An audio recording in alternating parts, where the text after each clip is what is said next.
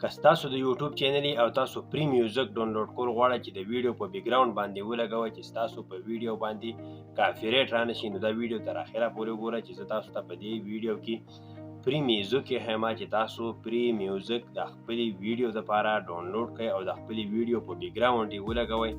نو دا ویډیو